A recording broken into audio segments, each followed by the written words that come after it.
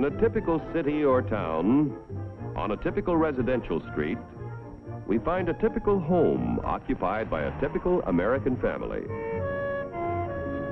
Like millions of his fellow Americans, John Q. Public earns enough money to keep up the payments on a new car.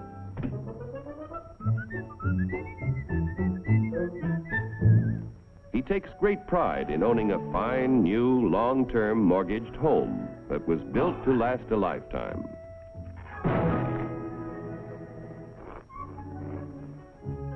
Mrs. John Q. Public no longer finds housework fatiguing drudgery, thanks to a host of labor-saving devices, including her husband.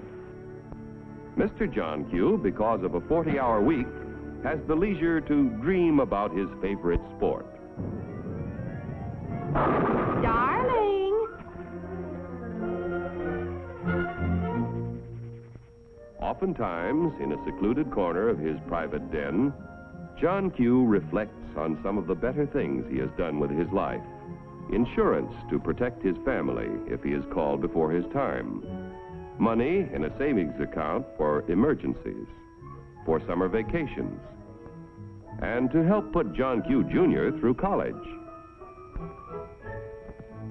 In spite of the high cost of being a husband and father, John Q. has a private little nest egg. His practical nature tells him it ought to do more than collect moths. Let's see, where did I put this thing? I know it's... common stock. Do I own any? I don't even know what they are. In that case, it might be a good idea to get a little information with a fellow who owns and operates a company that makes and sells oil drums. Each year, customers buy more and more from our... because he makes a better oil drum than his competitors.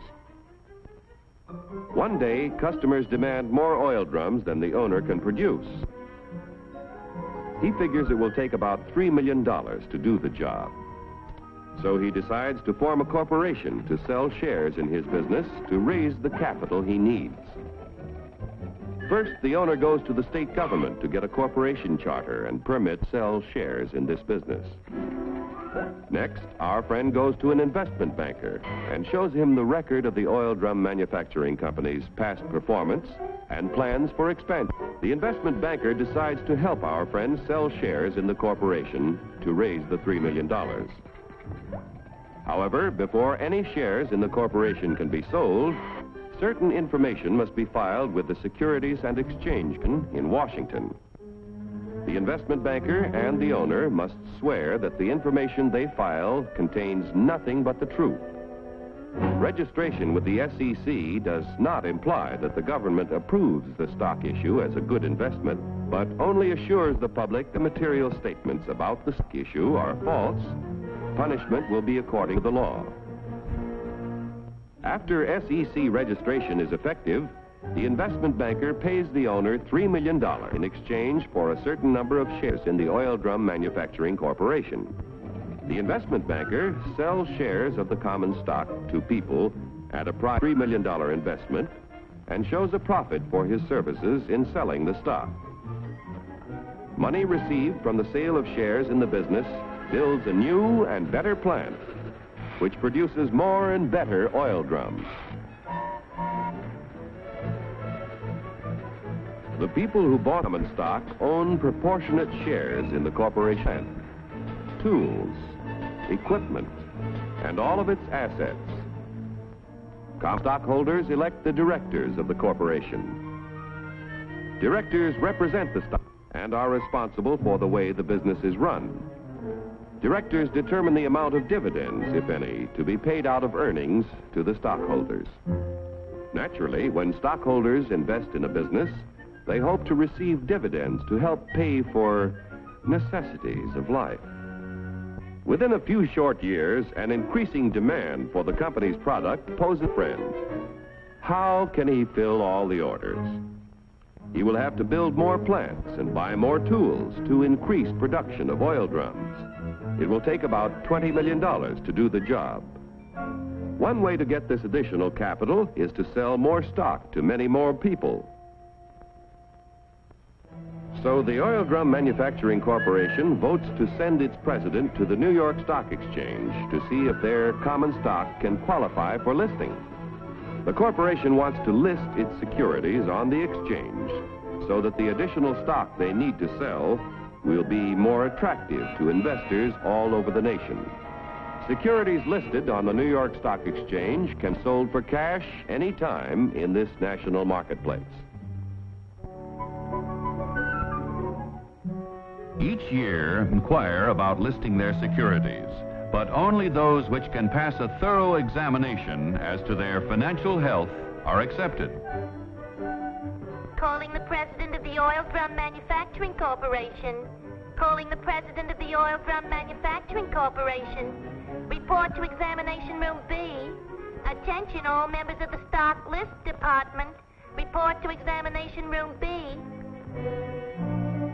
The Stock List Department examines the qualifications of corporations to be listed on the New York Stock Exchange. The corporation must have substantial assets in plants, tools, equipment, and cash. There must be a broad distribution of its shares among a large number of stockholders. The corporation must show successful management and sales records and annual net earnings at the time of listing of at least $1 million. The proposed stock issue must meet federal, state, and New York Stock Exchange regulations. The corporation must agree to report to its stockholders at frequent intervals. If the examination by the Stock List Department indicates the corporation meets minimum requirements of the exchange at the time of the examination, the corporation's application for listing is recommended. The Board of Governors of the New York Stock Exchange finally approves the application and sees that it is made public. Extra, extra, read all about it. Now that the Oil Drum Manufacturing Corporation stock is listed, its name is abbreviated for use on the ticker tape. Each time ODM stock or any other stock listed on the exchange is bought or sold, the ticker tape flashes all over the nation the price and number of shares traded. A buyer in Colorado wants to purchase some ODM stock. The buyer's broker in Colorado sees that the last ODM transaction was at $10 a share. The buyer could buy from 1 to 99 shares, which would be known as an odd lot. But a Colorado friend decides to invest in 100 shares, known as a round lot. The Colorado broker wires the order to his New York office. The buy order is telephoned to the floor of the New York Stock Exchange. It is given to the firm's floor partner, who becomes the representative of the buyer in Colorado. The floor partner goes to the post where ODM stock is traded. The representative of the buyer in Colorado bids $10 a share for 100 shares. But at the moment, there is no stock offered for sale at this price. In the meantime, however, in Maine, an ODM stockholder who needs cash decides to sell his 100 shares if he gets $10 a share.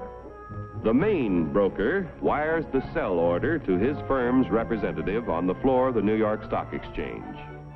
This firm's floor partner, representing the seller in Maine, offers to sell 100 shares of ODM stock at $10 a share. The price of $10 a share is mutually acceptable, and the transaction is made. Like the cowboy in Colorado and the fisherman in Maine, investors all over the country use the facilities of brokers who are members of the New York Stock Exchange whenever they want to buy or sell stock of companies listed on this national market. Yesterday's savings financed the miraculous growth of our railroads. automobiles, airplanes, farm machinery, communications, electric light and power, textiles, and countless other industries contributing to a more enjoyable life. If a part of our savings continue to flow into industry, American labor, management, and capital can continue to build new tools and plants.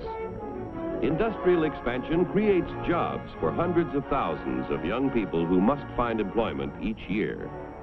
A growing capacity to produce things which make life better in peacetime can be our greatest protection in time of war. When danger threatens, we can convert industry to produce the things we need to defend ourselves. Common stock investments have helped to make our country prosperous and powerful. Owning a share in American industry is like owning a share in the future of our nation. But remember, John Q, there is a risk as well as an advantage in owning any kind of property. So get the facts before you put your money to work.